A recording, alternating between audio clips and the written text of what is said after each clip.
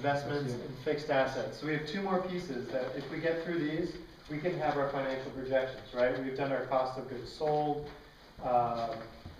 and those per unit costs. And now if we do two more pieces of the financials, we'll be really close to doing what's called break even. So it's a pretty exciting time. And Josie's going to be facilitating this part of the workshop tonight. There's more. And it's the most exciting part. You have these? A spreadsheet about depreciation.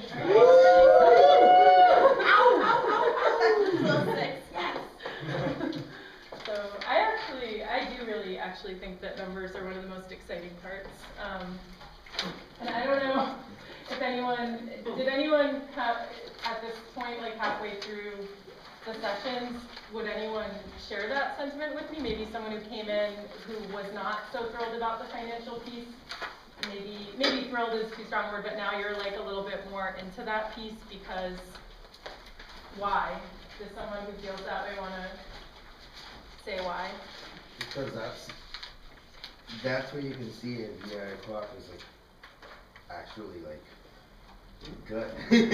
Like if you're set like with like the money part of things is going good, and like that's where you can actually see if your co-op isn't failing and it's doing actually well. So it kind of makes you feel safe, right? Yeah. And like gives you maybe even. And you can see it, like what's wrong with your co-op? Is it charging too less, or is it you're spending too much, or like? Yep. Yeah, I feel like it's a really and you know, not everyone has a quantitative brain, but I think it's a really great way of just diagnosing where there's potentially a problem in the co-op, you know, and not everything gets solved with a spreadsheet, but when you can diagnose that problem using the financials and being really accurate, it can actually like help you avoid conflict. It can help you avoid just stress and pain of wondering, are we going to be able to get paid next week?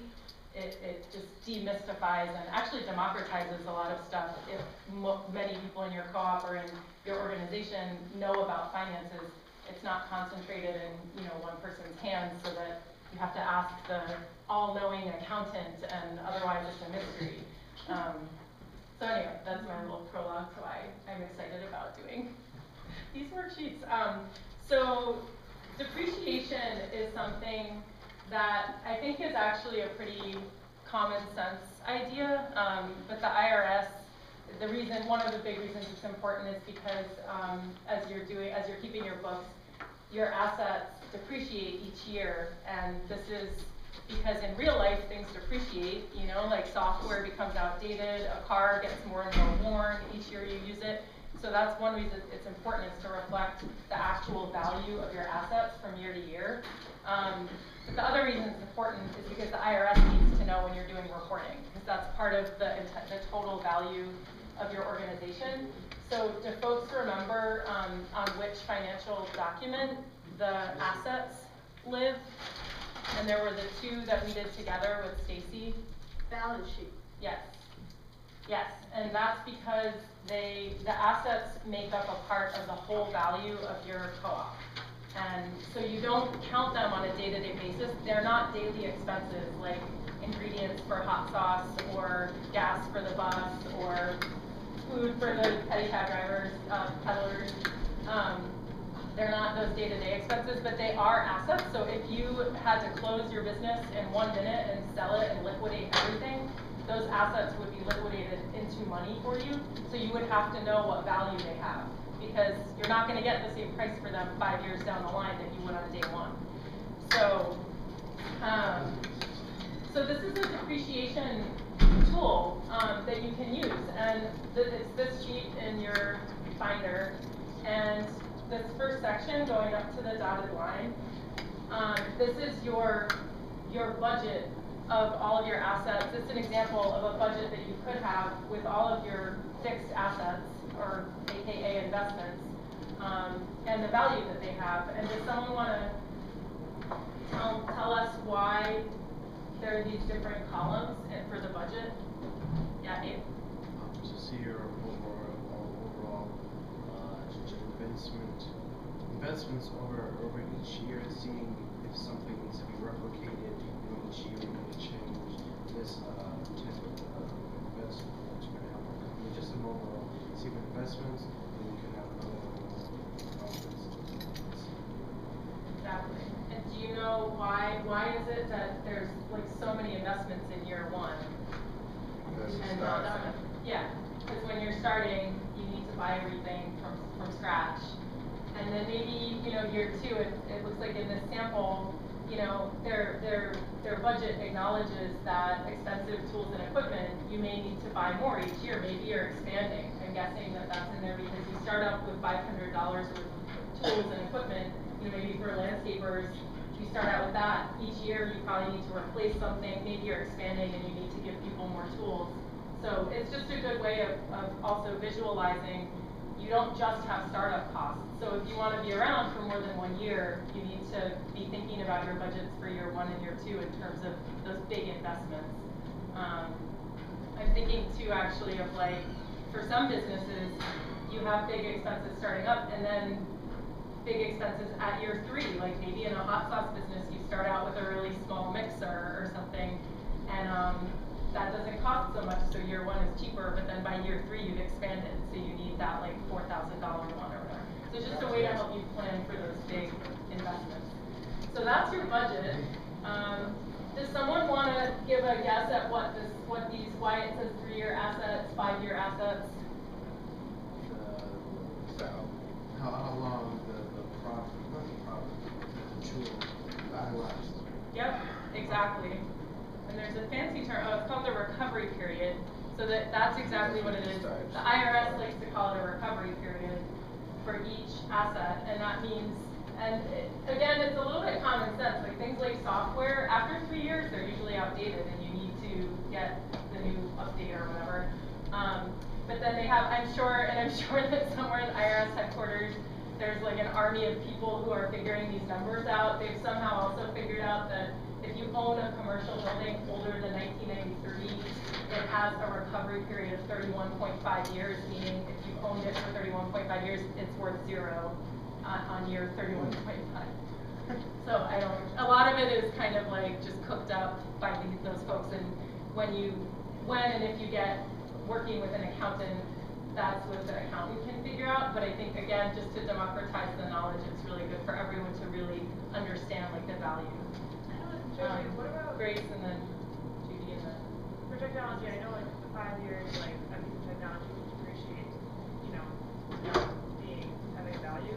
But where is it reflected in these kind of projections if things get damaged or destroyed? So it's not like normal wear and tear or like, I think like breaking a tool, theft, things like that. Is that incorporated into these 5-year, like a certain percentage of that happening? Or?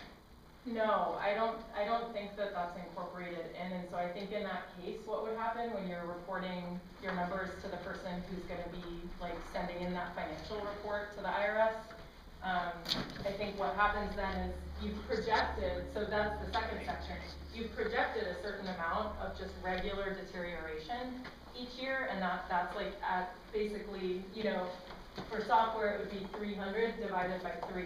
So each year it depreciates by 3 by 3.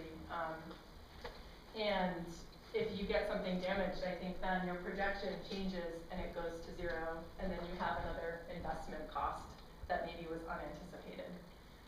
So this gets into a little bit budgeting, but maybe that's why when you're creating budgets for a co-op, maybe it's a good idea to have that little, if it's even possible, because I know a lot of our smaller organizations operate like so close to cost, but in budgeting, I think it is nice to try to budget to have a cushion for things like that happen unexpectedly.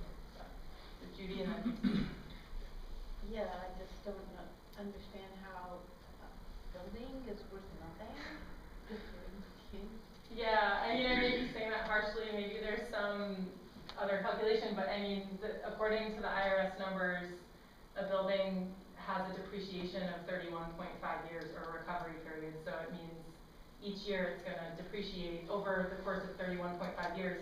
It depreciates at such a rate that at the end. That's assuming like 0 investment into the building. Exactly. So that's assuming 0 improvement, 0 damage. Like so but then what happens is that if you sell it, you get this huge tax burden or you something, I don't know. You haven't invest anything, that means it's not investment, so you can't depreciate not investment. So That's- what that's would what it extend the depreciation is the amount of investment you might have to put into it. Right, if you buy a building, then you Well, get yeah. there and you have depreciation, but in this case, it's not building, you haven't invested anything. Well, maybe your grandmother let you, you have something that is donated or free. But you have something still have a price. specifically for this? Yeah. Okay. Okay. So it's not worth nothing, it's fully depreciated, right? And that is usually, after 31 years, is when you'd have to make another major investment to renovate it, right? That's their calculation. But let's not confuse, what we're doing here is depreciation, calculating what we'll need to depreciate, calculate for depreciation going forward, our books going forward, right? That's different than what we need to report to the IRS, that's what the accountant's gonna figure out. We don't need to project those entirely here, and because they'll need to do different ways, and there's ways companies want to depreciate a lot in the beginning so that they're not having to pay as much taxes and things like that. So that's separate than what we're doing here is figuring out what is it going to be costing us? How long does it take for this bike to wear out and for us to need to buy another one so that we can plan accordingly. Oh, so these are not the IRS numbers, and this is just Well, like a real it's linked to calculation. it's linked to IRS probably, yeah. Okay, sorry, I But- didn't understand that piece.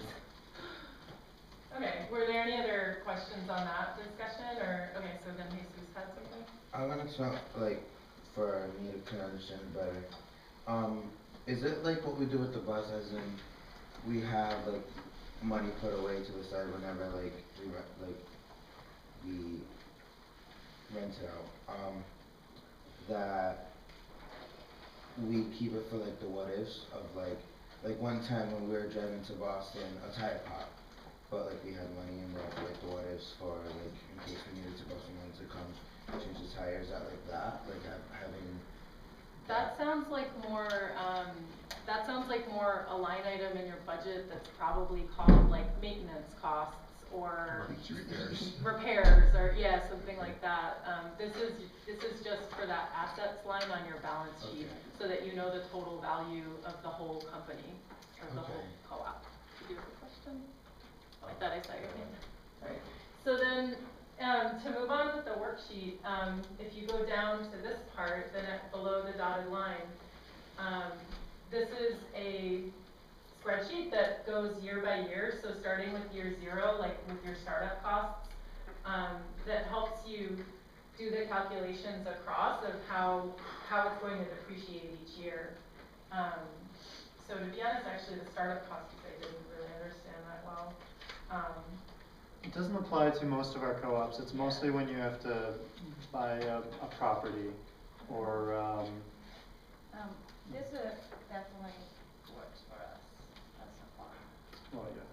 So like a lot of the stuff, you know, like if you buy land and you have to put a greenhouse, that would be an improvement to the land or the building startup cost. Parking lots depreciate, greenhouses depreciate, land itself doesn't depreciate. And things are considered a startup cost if they're purchased before you start getting money from customers, right? So like, is that true? So anything for the first year, okay. Okay, and then on years Well, why if is you it scroll called- down and you see years 1 and 2, Why is you it can see like, for example, on year 1, software, it's considered a 3-year asset, so this spreadsheet depreciates it by a third each year, or it's worth 100 each year going on. Actually, I don't know if that's correct. No, it's not depreciating at all, and I don't understand why there's startup cost on year 2 and year 3. It's because the start, so like the first spreadsheet is looking at year 0.